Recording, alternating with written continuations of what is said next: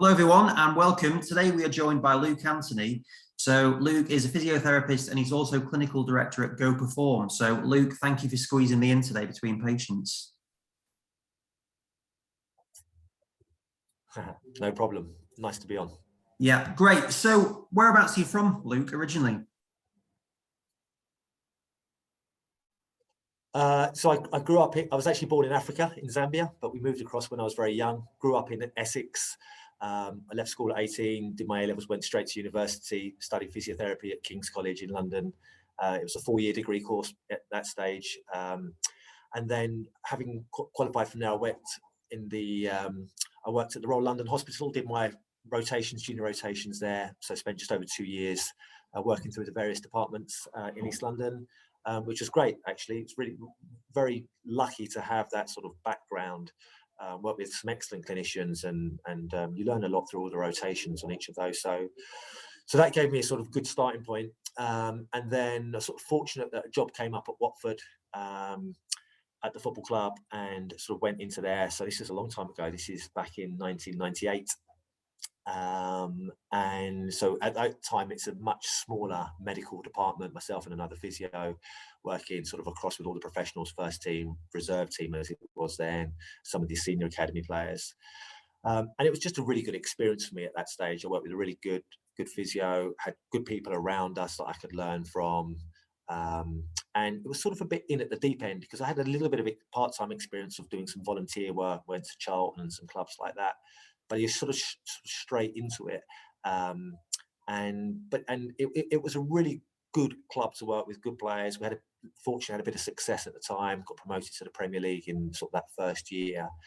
But it was just a good chance to really learn about working in a professional sports environment. And then after a few years, I was promoted to head of the department there. And I stayed there for, I think, 7 years in total. Left in 2005, and I went to Gloucester Rugby, which again was a brilliant experience. I was doing my master's degree at UCL at the time, and in football you don't see a lot of upper limb injuries, neck injuries, shoulder injuries. So at the same time that I was doing my master's and you're studying in these areas, you're seeing it for real in a rugby environment where you see a bit of everything. Whereas I think if I'd stayed in football at that stage, I think my knowledge and my skill set would have been, less able with dealing with these sort of injuries, these upper limb injuries. And it was a really good environment, like going from football to rugby. You see the difference what these rugby players put themselves through, and the training. And I think at the time rugby was ahead of football in lots of areas, definitely in terms of strength and conditioning and probably the sports science area. And it was, again, the club was successful at the time, which helped, and had a good couple of years there. And then a job came up at Reading, and went back into football. So went back to Reading Football, went to Reading Football Club. Again, very good environment to work in. Very experienced head of medical, John Fern.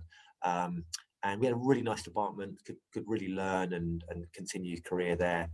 And then John left, went to Chelsea. So I took over the role of head of medical.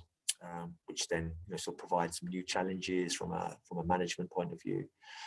And then I was there for 8 years, left there in 2015, and then I went to Norwich City and took a job there, more of a specialist job in injury prevention. So I headed up the department from an injury prevention point of view. Worked with a group there. I had 2 seasons there. It was great. I really enjoyed it. But at that stage, I'm getting older at this stage. I've got a family, young children, and so then sort of made the decision to sort of come out of football, just because the endless demands. Anyone who's worked in it, the endless demands of being at a club for 21 years. But I had in my mind that we wanted to set something up. So something in sort of that private practice area, but bringing together the things that you've learned over 20 odd years of working in professional sport, from both just that experience, but also from a facility and how you want things to sort of look, and the service that you want to offer, not just to high level sports people, but to the public as a whole. And so we had an idea of what we wanted to do, myself and my colleague here, Dan. And then we set Go Perform up 2017, which is 4 years ago, and we've sort of developed it since then, and that's where we're at the moment. In terms of that, just going straight into Go Perform then. So how have you found it? You'd only been going for pretty much 2 years when all this hit. So what did you have to, what sort of changes did you have to make at that point? Were you fully developed then, or where were you at? I think, in some respects, we were fortunate that we had developed the business. We had a couple of years under our belt. I think if it had happened a year or two before, the pandemic would have been a challenge for us. But we had a couple of years under our belt, so we had a client base. We'd established a business. We had a little bit of money in the bank to see us through. But it was a problem. I mean, as I said, the part of the issue for our centre is we are medical based, but we also have almost 50% of the business is a performance based. So that side was heavily affected, like most gyms were. It was heavily affected. We had to sort of shut that side of it down for an extended period, and then we had a reopening and then a shutdown, a reopening, another shutdown. So that was a problem. The medical side slightly less restricted. Initially we had to shut down, but then we were gradually able to build that up sort of quite quickly. So it was a real challenge for us, there's no doubt about it, Andy. And that was the first time that you have a few sleepless nights at the beginning of the pandemic, because you're thinking, the business is under threat here. What we've worked towards, we're under threat. But like anything, you manage to sort of see your way through it, and we've sort of been able to get the show back on the road fairly quickly afterwards. And fortunately, since then, since things have reopened up, we've had a lot of business, a lot of people coming through the system now, and we're pretty much back up to full speed. We sort of are probably ahead now of the level that we went into the pandemic with.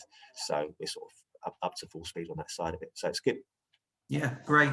And then in terms of that, then when this is something which I'm still formulating 10 years into my business, like about mission statements and like what you're trying to actually develop there. Did you have a very clear idea of, like you talked about, combining like the S&C side as well? Yeah. So I think what we wanted to provide was a high level of physiotherapy, rehabilitation, care that you would apply to a Premier League football player. We wanted to apply that to a member of the public. So whether you are a Premier League player with an ACL injury, or you're a 24-year-old office worker who plays Sunday morning football and you've injured your ACL. So we wanted to provide that same pathway, having been, gone through the system, to the top player as we do to the Sunday afternoon player. And not just across football, but across other sports and across other professions as well. And by that sort of pathway, I guess the traditional model of physiotherapy would be you're in a clinic room, someone comes in, you do your assessment, and you're able to offer diagnosis and maybe some hands-on treatment and show someone some exercises. But it's fairly clear that for an ACL injury, as an example, or a fractured ankle or a shoulder dislocation, all those sort of bigger injuries, that's just not enough. That's not going to get someone back to a level of playing Sunday afternoon football, let alone high level football. So it's that integrated model of providing that initial assessment, a referral system as you need to. So we have the local hospitals and local surgeons and a good network of people we can refer to. And then putting the pathway in place. So from initial treatment, so we have a team of people here: physiotherapy, soft tissue therapy. We have nutritionists, psychologists, chiropractor. We have actually quite a big group of people that work in-house and also that we can refer to. And then taking someone all the way through back into return to play. So whether that be the gym-based sessions, whether that be on-field sessions, grass-based sessions. And as I said, it's being able to apply the same level of care and sort of expertise, experience, equipment, guidance that you would be able to provide to a high-level sports performance, to be able to provide that to anyone who has any form of athleticism or any desire to return back to their sort of previous level, really. So sort of waffled on, but that's really, I guess, our mission statement is that integrated high-level care approach that we want to be able to apply to a general population as opposed to just that elite sporting population. Yeah, no, that sounds great. So then in terms of that, like you mentioned about sleepless nights and so on, how has that transition changed for you as someone that was employed by a football team, which is no doubt a very stressful environment, through Sure. Yeah, it's a good idea. I mean, I think it's probably the biggest change is when you work in a football club, you are, you're completely committed to that club. You're at the beck and call of that club. So, and especially when you hold a senior position, so you have a sort of responsibility, for the players and that, communication with the management, and it's quite a burden of responsibility. Anyone who's been in that position will know that burden of responsibility. And you get that phone call of a player on Thursday night who sort of trained all week, and then he's like felt something in training, or get home on Thursday night, feels something, and then Friday morning the manager was expecting him to play Saturday, and you've got to go and see the player, and you've got to go and speak to the manager. You've got to say, look, actually he's not going to be right for Saturday. And anyone who's dealt with in those situations where you have to deliver bad news to a manager, and you feel that responsibility the whole time. And and there's so many examples of it where you take the work home, and you literally have sleepless nights where you worry about things, or you angst about things, and stress about certain situations. And it's sort of never, you're very rarely during the season you're in a position where you're completely relaxed, the whole squad's fit, everything's ticking along nicely. There's always things that bubble along. And I think that's probably the hard thing when you work in football. I think that's the hardest thing to deal with, not just the hours, but that sort of level of responsibility and commitment. It's probably a bit better now. I think going back in, certainly when I first worked as head of medical at Watford, and even at Reading, I think the head physio carries a lot of that responsibility. Now you'll often have sort of a doctor who sort of carries sort of the head of medical, and I think some of that responsibility is shared round a bit, which in many ways is a good thing. But having said that, I think going back to the older model, when there's just one person responsible, the level of communication is clearer, and there's less things that sort of can fall through the cracks. So, but I think nowadays it's generally better. There's more senior sort of staff members in the medical department that are involved in decision making, and I think there's a bit more of a shared responsibility. So I think that's improved. I think in terms of the business, actually, funny enough, once we got it going here, we were sort of up and running quite quickly, and we managed to sort of develop a good number of clients, and the business sort of did well quite quickly. So, other than the sort of that early phase of the pandemic, it's gone well, and we've never really had to worry about the business. I don't know. You always have that background, I guess, but it's not that it's not going to be a success. So, we know that actually, at a level it is at the moment, it's doing well. So I don't have to worry about paying the bills, paying the staff, all of those sort of things, which would be your main worry when we had the pandemic. There's other worries, don't get me wrong. We're always trying to develop and try to improve, and there's lots of other sort of pressures on you, but it's a different pressure. I have to say it's probably less stressful than when you work in a football club. Yeah. Do you miss that, not the stress particularly, but that the team spirit and that environment of football? There's probably anyone who's come out of the environment will say there's elements of it that you miss. I think, it's great being involved, part of a club, you're part of a team, when you're going into games, and you've got that purpose, and when the team's doing well and winning games, it's nice to be part of that. It's really nice to be part of that. And over the years, I mean, I think, when you reflect back over 20 odd years, the majority, I mean, I've had a couple of promotions and a one winning final, but generally it's losing semi-finals, it's missing out on playoffs, it's being relegated, it's they're the more common things, or they're just the mundane, getting back at 4 o'clock in the morning from an away game at Preston North End and being in the next day. And you can cherry pick the good things out of it, and you'll certainly you do miss some of that, but actually the majority of it, the endless commitments of a club, not having any time to yourself, having to cancel all your own sort of social commitments to fit around the club. And I've got my children are growing up now, so they're at an age where they're playing their sport, and I love it on a Saturday afternoon or Saturday morning to be able to go and watch them play and be involved with them. So on balance, not at all. And there hasn't really been a stage in the sort of 4 years since I left Norwich where I felt really tempted that I want to go back into it. So, when the things come up and people speak to you and, you're interested in this or that, there hasn't only been a stage where I've seriously thought, yeah, I want that full-time commitment back. And it's nice, like we work with professional players here, and they come from their clubs, and whether you for a few hours or a day or for a week or whatever, and it's nice. So you get the enjoyable part working with them on their rehabilitation and their treatment, and you like to see them go back and do well. And so I get, and at all levels actually, not just at the professional level, but we have lots of semi-professional players and involved in them, and they go back to their clubs and get back playing. And so I take quite a lot of enjoyment there. I'm looking forward to going back to watching some games. I've enjoyed going back to watch Reading play, and it's nice to be able to watch a game in a non-stressful situation where you want the team to do well, but it doesn't ruin the weekend if they get beat. So no, I think the work that we have here, it's a real challenge. It's full on. We get to work with some brilliant people. We've got great staff, but we get to work with some brilliant people, some brilliant sports people, and that gives me the sort of, I guess, the satisfaction and the enjoyment seeing them do well, without the sort of feeling the need to sort of do it back full time again. Mm. So what made you choose physio in the first place then? And also you mentioned about Africa. Like, how did you end up? You know what, I was probably lucky because really at 16, 17, 18, I didn't really know what I wanted to do. So the university system was a bit different then. So you apply for different things. I applied for all sorts of different university courses, and a couple were physio courses. And I thought, because I've had a couple of injuries myself with sport, and I think that is quite an interesting career. You can be involved in sport, but I wasn't heart set on it. And then my initial thought, I had offered a place at Loughborough to do physical education and sports science.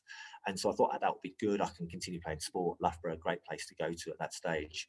And then I just missed out on the grades on Loughborough by a couple of points. And I was devastated at the time. But I had a sort of fallback of King's College London, which was, ever so lucky, because I probably wouldn't have accepted them as the first place. So by missing out on my grades, sort of I ended up going to King's College. And I loved it from there. Actually, it was the perfect career, and I loved all facets of it. So when you go through the 4 years at university, you learn. It's not just obviously the musculoskeletal side of it. You learn, from neurology, pediatric care, orthopedics, elderly care, all of the different facets of it. I loved it. And the same when I went to the Royal London Hospital, I wasn't set on I'm desperate to become a sports physiotherapist. I had that as an idea, but when you work through different departments, at each stage I thought I could quite happily stay on here for for a bit longer, and then, but as I said, there was probably a background interest in sports injury, and I was fortunate, the job came up when it did, and I was lucky enough to get it. And once you get into that environment, there's no doubt about it. When you start your career and you're young in your career, Andy, it's an exciting place to work. A football club, professional football club, is an exciting place to work, and you sort of get hooked into that side of it, and then you just want to develop your career. And I guess then when you've developed a specialism, you're so far into it after sort of 6, 7, 8, 9, 10 years that it's quite hard to then sort of think, well, actually, I'm going to go back to, the NHS and become a respiratory physiotherapist or work in, neuroscience or something like that. That's where your career sort of, is going to then stay. So stay mostly then in football. And then, when you come out of it, the other side, I think, it's just the demands of it are so hard that when you get that bit older, you come out of it, but you need something that's still going to be interesting. So for me, the idea of going into a clinic room on my own, seeing private patients, I wouldn't have been able to sustain that. So that's why we needed to set up something that's a bit more of a challenge, like Go Before. It's a bigger setup, bigger initial sort of investment into it, a bit more of a risk, I guess, into that side of it. But it almost needed that ability to treat someone almost like you would at a football club. Really, you need that, the facility to be able to take them through to that end stage. I think just working in a clinic room for me I wouldn't have lasted very long in that environment. I think that's sort of, I guess, what led to setting up something like Go Perform was the need to really develop a facility that you can work at that same level of athlete, really. Mm. And so was that something that you were thinking, like how long had you been thinking about setting something up? Yeah, so when I left Reading, I had a bit of a gap then, and my colleague Dan Buchanan left at the same time. So we sort of had some conversation at the time in terms of what, we'd like to do and how we can sort of reproduce some of the things that you learn in sport into that environment. But he took a job at Derby County, I took the job at Norwich, and so, but over those years we still sort of kept the conversation going. And then when Dan left Derby, he started to do more private working around Reading, and we just sort of talked more about it. And then when I sort of made the decision to leave Norwich, I had a bit of a run up where I knew I was leaving at the end of the season. So we sort of talked more about it. And then it just over the summer, we managed to get the momentum going. The hard thing is to find the building, to find the right facility. That's the tricky bit. Once we got the building, we knew that we could sort of make, the rest would fall into place. And then it just for someone who's worked in a profession for 20 odd years as a physiotherapist, like I've got no business background or no understanding of the way commercial property works or business works or accounts works or VAT works or, business rates work, all of those sort of things. And you have to learn that quite quick. And necessity makes you learn that. So we had to sort of develop that over the summer. So that was sort of the big part to it, getting the facility going. And then you're learning as you sort of go on, and you sort of learn a couple of times by mistakes, but you're under the necessity to get things moving means that you just have to you muddle your way through it at first, but you just have to learn about how to run a business at the same time as being a practitioner. And we're nearly 4 years into it now, and still sort of learning things. Fortunately, we've got a slightly bigger team now, so they can carry a bit of the load. And my role, Andy, is mostly still a clinician. So I would say probably 80% of my role, 80 even 90% of my role is still as a clinician, which is the way I wanted it to be. I didn't want to be someone who becomes a sort of a practice manager, moving away from the clinical side of it, because the stuff I love day to day is still the same stuff that I loved when I was 21 years old, leaving the university and working with people, and then getting them back to where you want them to get to, and sort of partnering them now on that journey to their recovery. So I'm glad that although it's been stressful setting up the business and it's been hard work and learning on that side of it, that I've been able to continue to to be a clinician for the majority of that. And I said we've got a really good team here, the people we work with. And if I was going to give a bit of advice to anyone who's looking at setting up independently in a similar situation, is the people you work with is the key. That's the number one sort of thing. If you work with good people, you've got a great chance before you sort of start off. And the good thing is here, like every day, you see the people you look forward to coming into working with the group that we've got here. So I think that's the important thing. I guess it's the same in any environment. When I've worked in football before, it's the same. If you've got a good group, like not just the medical team, but the whole of the backroom staff and the players are a good group, then you've got a chance, I think. So I think that's probably the key to success in anything, is just to employ the right people around you, and good people is the key on that one. And how do you think you do that? Because that's something that you're always doing. I think it's a really exciting point that you're at, where you can put it all together. It must be great for you to be able to kind of build what you want. But how do you decide that from a clinical, but also the personality perspective? So I think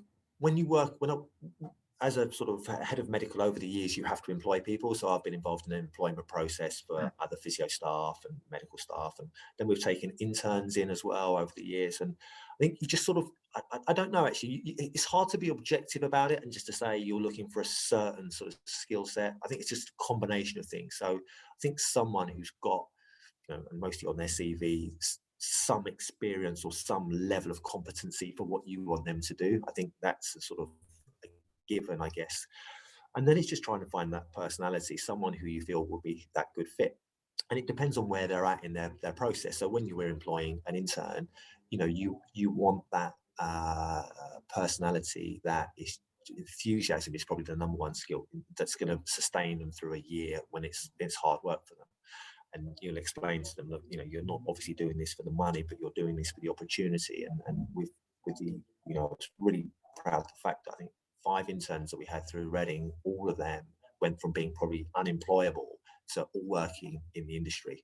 And there's several now who are sort of working in Premier League football clubs, and all of them have roles within the industry. So And with the same here, we've had an internship program here on the sort of the performance side of it, and we've got 2 people through it, and both have got full-time jobs on the back of that. So, but it's so at that level, it's about, I think, enthusiasm and motivation. At the higher level, it's a bit more tricky because you want a combination of things. You want that same enthusiasm and that character.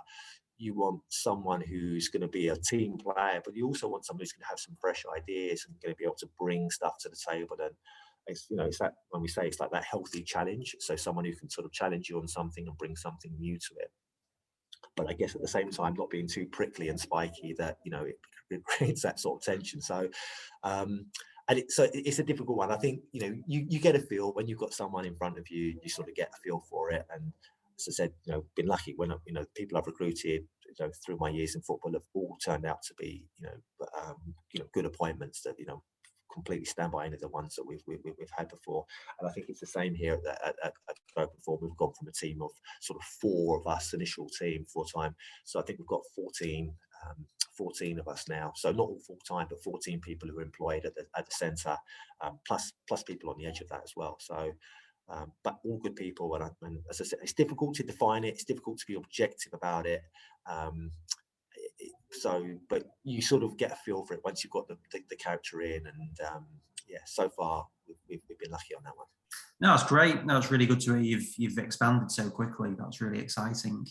And in terms of like where you want to take it, then I know you talked about you wanted to, looking for bigger premises and things, but what have you got a particular vision for where you want it to go to? Yeah, I think we sort of had an initial 5-year plan within this building that we'd hoped that we'd outgrow the building that we're in at the moment. So we've got sort of a couple of clinic rooms, there's sort of obviously the gym space downstairs, but we are at a position with 3 or nearly 4 years down the line now. So we've actually identified a building where we're going to be moving into, which is it's over double the size of what we have here.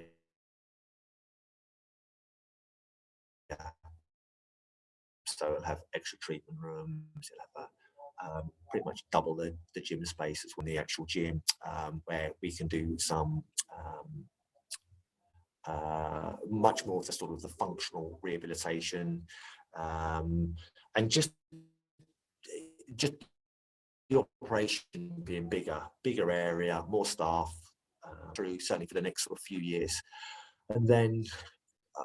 It's difficult. On top of that, from a business point of view, I think if this, if you can employ people, you can pay the wages, and you can have a relative success on that side of it. That in some respects that's a success in itself.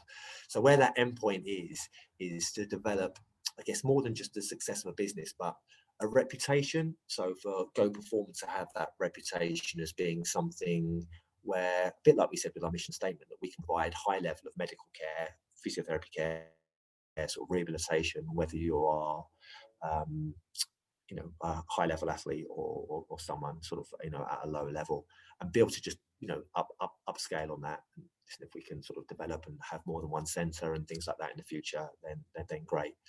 But I think, our next step, definitely within this sort of next 3 months, hopefully this year, certainly early part of next year, is to move into a bigger centre, and just upscale that operation. And bigger area means you have a bit more equipment, a bit more space. You're a bit more, you can offer a little bit more on that side of it.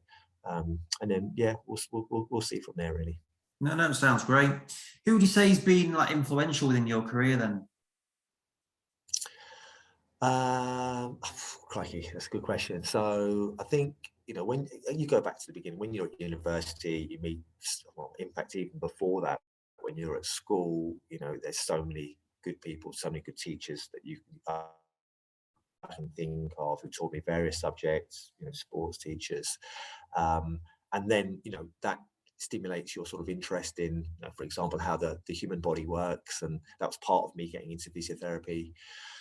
And then when you're at university, again, some of the lecturers you meet and some of your fellow students really help to sort of inspire you to do well. No doubt about it, when I worked at the Royal London Hospital, my sort of clinical leads in each of the teams I worked with, were fantastic people.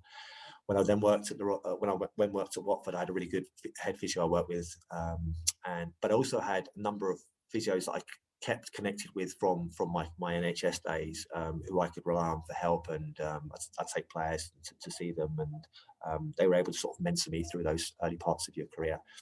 And then it's difficult. I think, I think football players will tell you the same sort of thing. In a football environment, you're working very closely with 20, 30 other blokes, day in, day out. You spend lots of time with these people. You're very connected with them. The day-to-day, traveling around, hotels, matches. And what's strange, most players will tell you in terms of how many close friends, when they get to the end of their career, even though they've had 10, 15 years playing, how many close friends they've kept in contact with that side of it. And it's always surprisingly few. They'll have a few close friends and a number of acquaintances, and it's a very transitory thing. But I think, and it can be the same within as a staff member as well. You work with lots of different managers and coaches and medical and sports science, etc. But there's a number of people I can think of from my beginning of my career in Watford, who I'm still in touch with, and who on the football side who've been sort of inspirational on that side of it. So there's lots of people actually, Andy, from both a personal point of view, from people I've worked with, people I've studied from. Some of the players, I think that they can be inspiring when you have players who really overcome what you think are going to be really tricky situations and injuries, and they come back to play. And so you take your inspiration from lots of areas there. So yeah, so there's been lots of influences right the way back from my school days. Yeah, well, this might be an equally difficult one to answer in terms of like the most memorable experience that you've had throughout your career, whether it's in sport or not. I think there's the two sides of it. So your job as a physiotherapist is to look after people and return them back to health. So, but within that, by doing that, you're hoping that you can play a part in the team where you can improve your team's chance of success by having sort of a fit squad, and you're working with a team on that side of it. So, there's lots of individual examples of players coming back to play where you think, yeah, like that went well, and we did a good job there to get that person back. And there's examples of that for sure. I think from the other side of it, when you work in sport, is what helps to keep you going is you need some success for the team. If you're at a team and you're getting beat each week and it's tough and you're struggling with that's a tough environment to work in, and you need the balance of a few seasons where your team's winning and you're having a bit of success. So I think I was fortunate that first year I was at Watford, we went up to the playoffs into the Premier League, and that was brilliant. That was my first year, and within sort of 9-10 months of starting a new job, you're sitting at Wembley Stadium with a packed house in a team that's getting promoted to the Premier League, and then the following season, you're at the big clubs, and that was brilliant for such an early part of my career. That was great.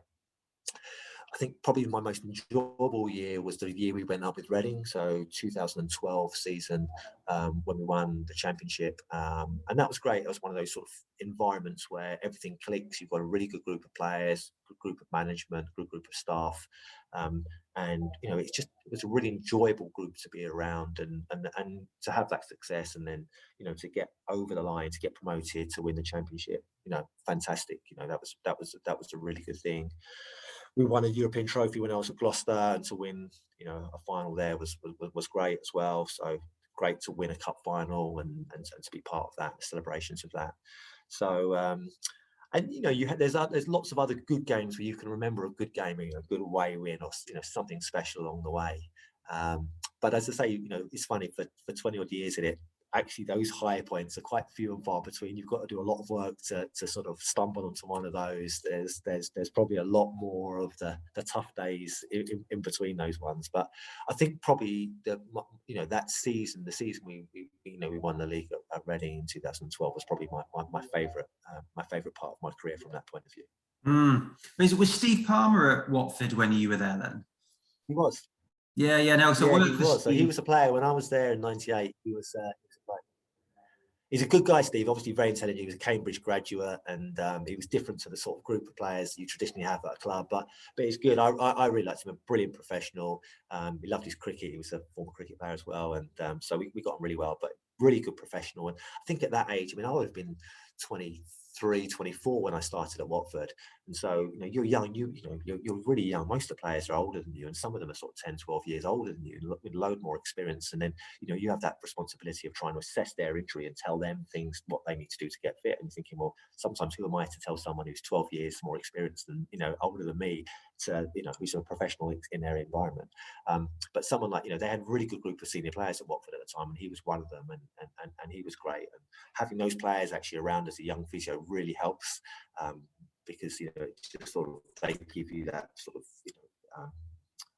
they just sort of help along the process with it. So he's a good guy, Steve. Yeah, I need to get him on one of these actually, because I worked with him for about a year, which was great. Yeah, brilliant. Look, I really appreciate your time, Luke. Thank you very much for joining us. No, it's a pleasure. It's been really good. Thanks for having us on. No. Well, good luck with everything. So good luck with the expansion of the clinic, and yeah, I'll look forward to coming to visit the new sites. Yeah, no, you'd be very welcome. We look forward to welcoming you down anytime. Good man. Thank you.